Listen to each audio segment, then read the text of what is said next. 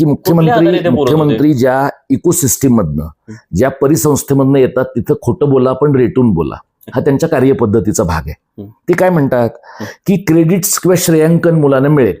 आता एकतर मुळामध्ये ते जे श्रेयांकन आहे ते माध्यमिक आणि उच्च शिक्षणासाठी आहे, शालेय शिक्षणासाठी, प्राथमिक शिक्षणासाठी अजिबात नाही.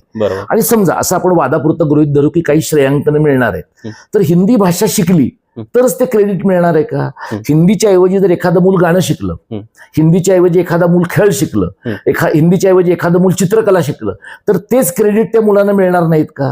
म्हणजे सीईटी असेल, नीट असेल, इतर ज्या सगळ्या परीक्षा आहेत ज्यांचा बागुलबुवा माननीय मुख्यमंत्र्यांनी आणि शालेय शिक्षण मंत्र्यांनी निर्माण केला, त्याच्याबद्दल महेंद्र गणपुले, किशोर दरक, रमेश पानसे या मंडळींनी कागदोपत्री पुरावे देऊन सिद्ध केले की ते खोटं बोलतायत.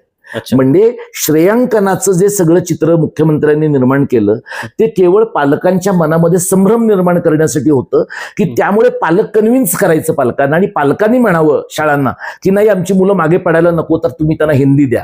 आता हे एकदा निसंदिग्धपणे खोडून काढल्यानंतर आता हे लोक काय करतायत, अनेक शाळांमध्ये मुख्याध्यापकांवर शिक्षणाधिकारी जे आहेत ते दबाव आणून जाहीरपणे सांगू नका पण आतून हिंदी शिकवा, तोंडी हिंदी शिकवा, अशा प्रकारच्या लबाड्या अनेक शाळांमध्ये चालल्यात.